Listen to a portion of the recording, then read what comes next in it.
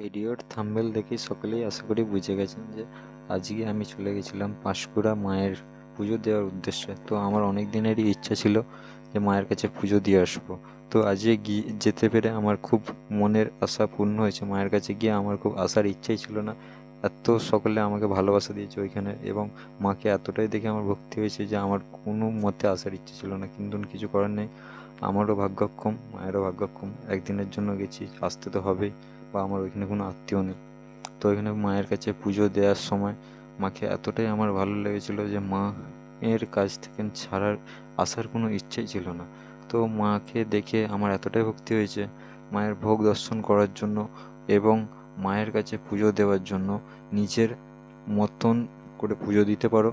পুজো দেওয়ার জন্য ওইখানে ডালা পাওয়া যায়, এবং ডালাতে 50 টাকা পুজো দিতে পারো, এবং 100 টাকার মধ্যেও ডালা পাওয়া যায়, পুজো দিতে পারো। তো আমি তো ফাইনালি 100 টাকা দামের ডালা দিয়ে পুজো দিয়েছিলাম।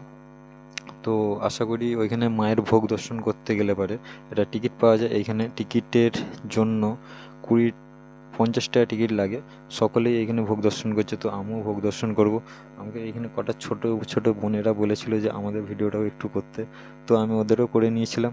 আশা করি ভিডিওটা ভালো লাগলে লাইক আর সাবস্ক্রাইব করতে ভুলবেন না।